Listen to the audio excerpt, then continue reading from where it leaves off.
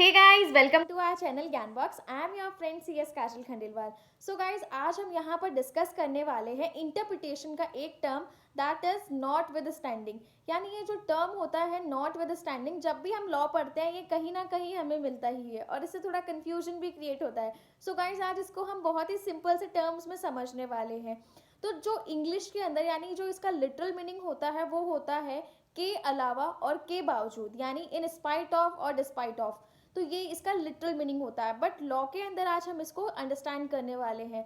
तो जो लॉ के अंदर इसका मतलब होता है कि अगर कोई भी लीगल प्रोविजन इस टर्म के साथ स्टार्ट हो रहा है या फिर वो इसके अंदर मेंशन है, यानी नॉट विद स्टैंडिंग कहीं पे भी लॉ में लिखा हुआ होता है, तो उसे हम बोलते हैं नॉन ऑब्स्टेंट क्लॉज।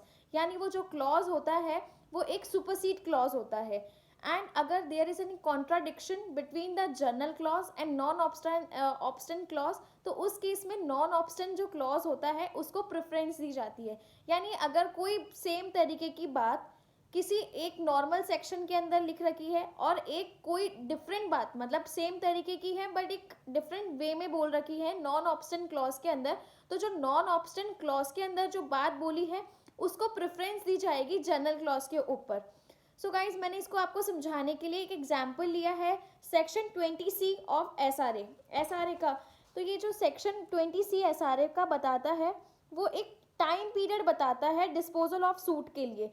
यानी इसमें लिखा है not with standing anything contain in the CPC 1908 a suit file under the provision of this act means S R A shall be disposed of by the court within a period of 12 month from the date of service of summon to the defendant। Means अगर कोई specific relief act के अंदर कोई भी suit file हुआ है तो उस सूट का जो डिस्पोज ऑफ हो जाना चाहिए within 12 months from the date of service of summon to the defendant, उसका सूट का डिस्पोज ऑफ हो जाना चाहिए।